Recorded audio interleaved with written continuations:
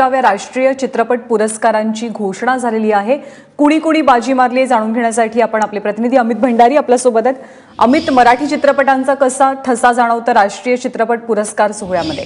निश्चित यंदाचा 64वा राष्ट्रीय पुरस्कार खूप महत्त्वाचा आहे आणि अर्थात मराठीची छाप, मराठीने झेंडा पुन्हा एकदा गाडलेला आहे। श्यामची आई, श्वास, देऊळ यानंतर पुन्हा आता गोल्डन लोटस हे आपल्याकडे आलंय। सुवर्ण कमळावरही नाव कोरलंय। सर्वोत्कृष्ट भारतीय सिनेमा म्हणून मराठीने पुन्हा एकदा बाजी मारली आहे। कासव, सुमित्रा भावे, सुनील सुक्तनकरांचा सिनेमा आहे। सर्वोत्कृष्ट दिग्दर्शक हा जो राष्ट्रीय पुरस्कार आहे तो राजेश मापुसकरला मिळाला आणि अर्थात व्हेंटिलेटरसाठी मिळालाय। व्हेंटिलेटरला साऊंड मिक्सिंग, एडिटिंग याच्यातही आहे, म्हणजे रामेश्वर भगतलाही आहे पुरस्कार।